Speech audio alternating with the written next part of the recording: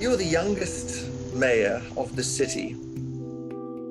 That's very interesting in and of itself. But you're not only the youngest mayor of Cape Town. Cape Town is the most trusted city in South Africa, and it's been voted the best city in the world for a number of on a number of occasions. So how does that all pan out? A 34-year-old in your position. That is a great place to start. Firstly, it's a pleasure to join you, and thank you for the invitation. I am first and foremost a father of a 6-year-old beautiful little girl who really is the light of my life. And as a parent in South Africa over the last few years, one has had a lot of cause for concern and anxiety about the direction and trajectory of our society and what the future holds. And so I thought that one of the most important things that I could do with my time and with my life, I'm deeply motivated by a personal, deriving a personal sense of meaning that what I do has some kind of impact in the world, not just for its own sake.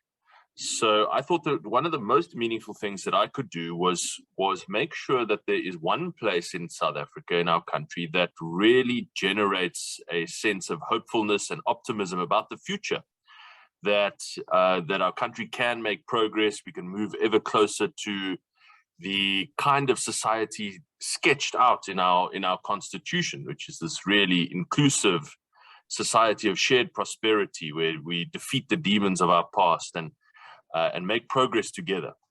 And so I thought Cape Town is the best place to do that. It has all of the right ingredients. It has amazing, talented people, this young, innovative business community. It's obviously a really cool place to live. It's the envy of the world in terms of places to visit. And so it's a great place to run for office, and so that's what I decided to do here. I think the platform is best laid here. So, at the ripe old age of 34, to have the position that you do implies that some key people, have trusted you along the way. Yeah. How has that trust come to be? How have you developed that trust? Has it been earned or bestowed? Is it chance? I have no doubt that there's an element of right place, right time in every single person's story of success. By the way, I think in my job, I get to meet a lot of successful people, and I often chuckle to myself how they are quick to take all the credit for their success. I think sometimes luck does play a greater role than we like to think. But I've had a few simple philosophies that I think have helped me along the way, in addition to luck and providence. And I think that is to take opportunities with both hands when they come around. So I remember clearly about 15 years ago, I did one of these kind of self-improvement classes, and the facilitator asked us to write out a 10-year and a 20-year career progression. And I've always been a little bit skeptical of those kind of things, because my approach has always been, take the opportunity that is in front of you now, do the absolute best that you possibly can, and work really hard at it and prove yourself. And in the doing, the next opportunity will come about. And the skill really is to have the good sense to know when that opportunity comes about and to grab it with both hands. So I have quite an adventurous view of things. I think that life is exciting, and it should be grabbed with both hands, and you should not be afraid of failing. Failing is really part of the adventure that is life. So long as you are doing so while doing your absolute best and trying to derive that sense of meaning that I spoke about, then you'll be fine. The other thing is, I think, just be straight up with people, be honest, and I think if you have a reputation for meaning what you say and saying what you mean, then people will come to trust you over time. And similarly, if you don't do that, then that will quickly become a negative brand association with your, personally for you, and that will be very harmful. What do you do when people have a low propensity to trust you in particular, or to trust your type?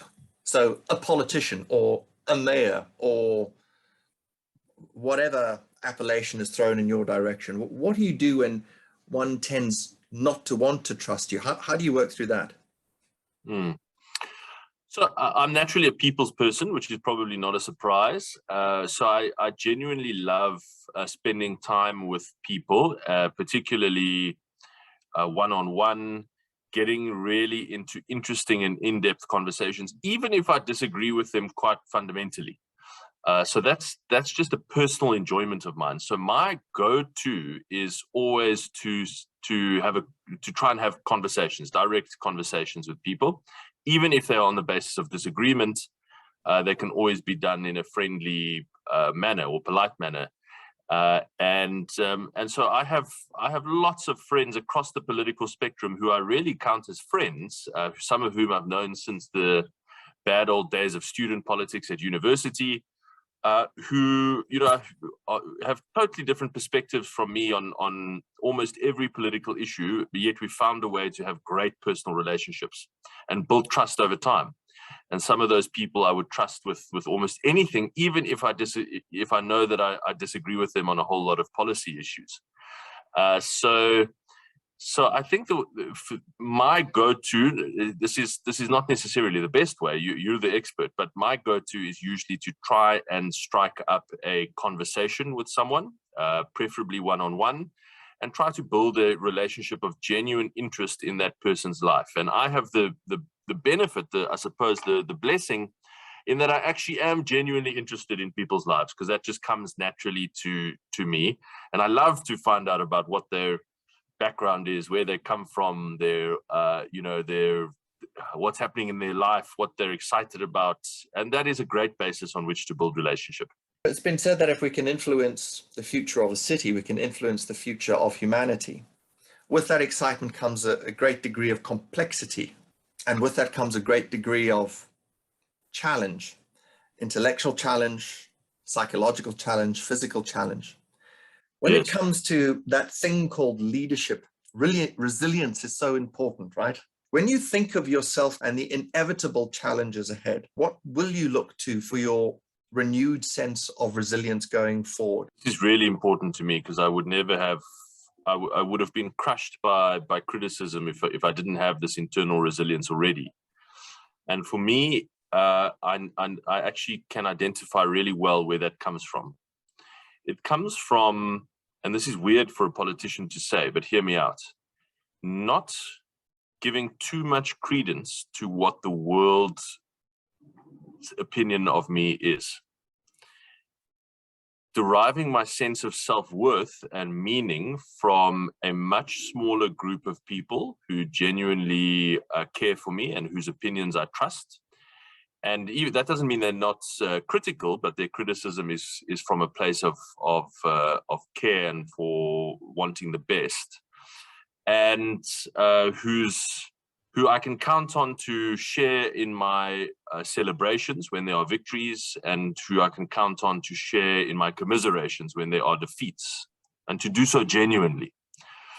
And I think if you get caught up in the views of, the ephemeral views of media or commentariat or social media in particular, where there is such a bubble of, or an environment of absolute toxicity, then you will very quickly have your own self-worth and your sense of mission ground down to nothing. And so I have what I think, I hope that this stands me in good stead. I have a healthy understanding of, and a kind of healthy level of derision, frankly, for the social media bubble and the kind of toxic commentary that is meted out there. by people who sometimes I think would never say those things if they ever saw you in real life. People are much more polite and friendly than that, but yet behind the keyboard, they really the worst of us sometimes comes out.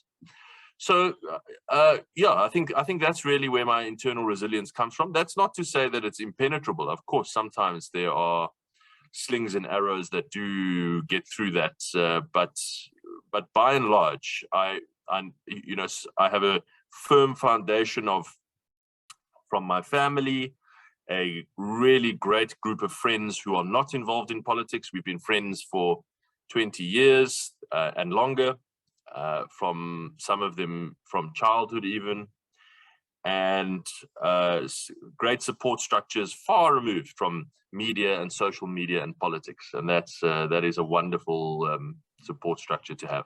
How do you know who to trust? I have been accused in the past, and I'm probably guilty as charged, of trusting everyone far too quickly. I think this relates to my personality as well as a people's person. Maybe there's some kind of psychological explanation for this as an extrovert or whatever the case may be. But I'm very trusting of people. And generally I give people a lot of benefit of the doubt until they really prove otherwise. And so I genuinely believe in the fundamental goodness of almost every person. And even when people do something bad or wrong or to break trust, usually they do so not just to be malicious, but because they feel threatened, or there's some fundamental insecurity on their part that is getting in the way of their usual goodness. So I really do believe that. I believe that very deeply. So sometimes it just means that the scale of your disappointment is deeper when people don't live up to that, but that's fine. I'm prepared to take that on the chin if it means that in general, I like to think of people as decent, good people who want the best for themselves and for their families and for the world, really, and should be trusted until they prove that they fundamentally cannot be. What do you think the top 3 challenges will be that you will be confronted with if there isn't trust in the room? The top 3 challenges. Look, it makes a working relationship really difficult because you don't accept that what someone is telling you is truthful, or that there isn't some ulterior motive or agenda behind it. So I think that's the first challenge. You can't accept people's bona fides anymore, and you have to start questioning what the other agenda is behind everything. Second, for teamwork, it really does break down teamwork, because you stop giving people the benefit of the doubt or believing that they are doing their best for the team, and you start to do, that's when backbiting and rumor mongering starts to come in, and that really breaks down teamwork and creates an environment of toxicity. And I would think the third challenge, it probably just clouds your ability to focus on outcomes. If you have a team working positively and trusting one another, you can really focus all of your time and attention and efforts on what are the big outcomes that we want to achieve. And so you start to have all of your time absorbed with dealing with conflict and trying to clear the air, instead of just focusing on what we're trying to get done together, which is hopefully some improvement out there in the real world. So I think those are probably the top 3 challenges.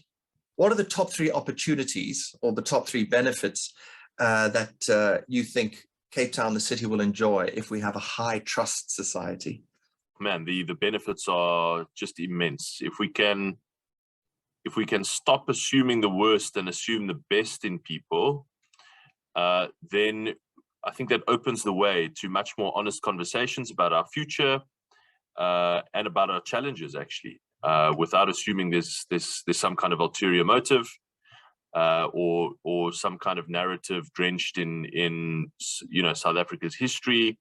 You can have much more productive conversations about the future in an environment of trust. And really, that's what I would love to try to do in Cape Town, is to have much more productive and imaginative and visionary conversations about our future. But that does require a certain baseline of trust. Secondly, I think the converse of what I said earlier, I think it means you can actually get a team to focus on outcomes. What is it that we are trying to achieve, and not be distracted constantly by the internal machinations that come with low trust. Third, I do think that a high trust environment leads to people being happier and more fulfilled in their work, because they don't feel on the defensive all the time. They don't feel under attack or threatened or vulnerable. They feel secure that that their contribution to the team is valued, that they are respected as innovators in their own way, each in their own unique way, and that they have a place here at this table and in this team, and that their voice matters. All of that stuff is undermined if they feel that there's no trust. Given the trust you've been able to build with your enemies, who is the most surprising friend that you have?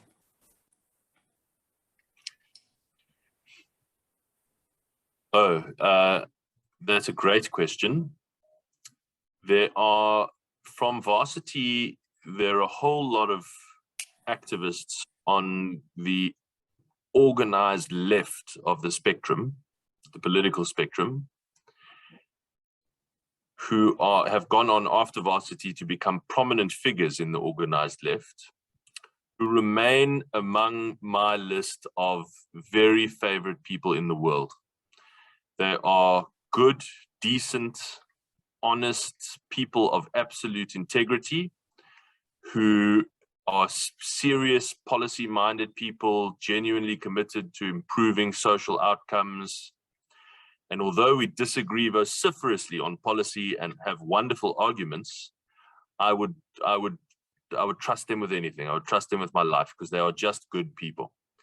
And I think in particular of someone, he probably will curse me for saying so, but someone like Ron Isaacs, who used to be the head of equal education in South Africa, is a great friend of mine, and near the top of my list of favorite South Africans. So is someone like Zaki Ahmad, obviously not a contemporary of mine at university, much older than me, but a real champion. So those kind of people, I don't mind what your political views are. I really don't mind. What I'm interested in is, do you hold those views seriously? Are you committed to building South Africa rather than breaking it? And are you, do you have integrity in your life? And if you have those things, then you're a friend of mine, and I engage you on that basis only. Jordan, thank you so much for your time. I really appreciate it. And all the very best. And I look forward to speaking to you, if you would have me in the next year or two, to catch up again and learn more about the work you and your team on all sides of the spectrum have been able to achieve. So thank you so very much. Thank you, Dominic.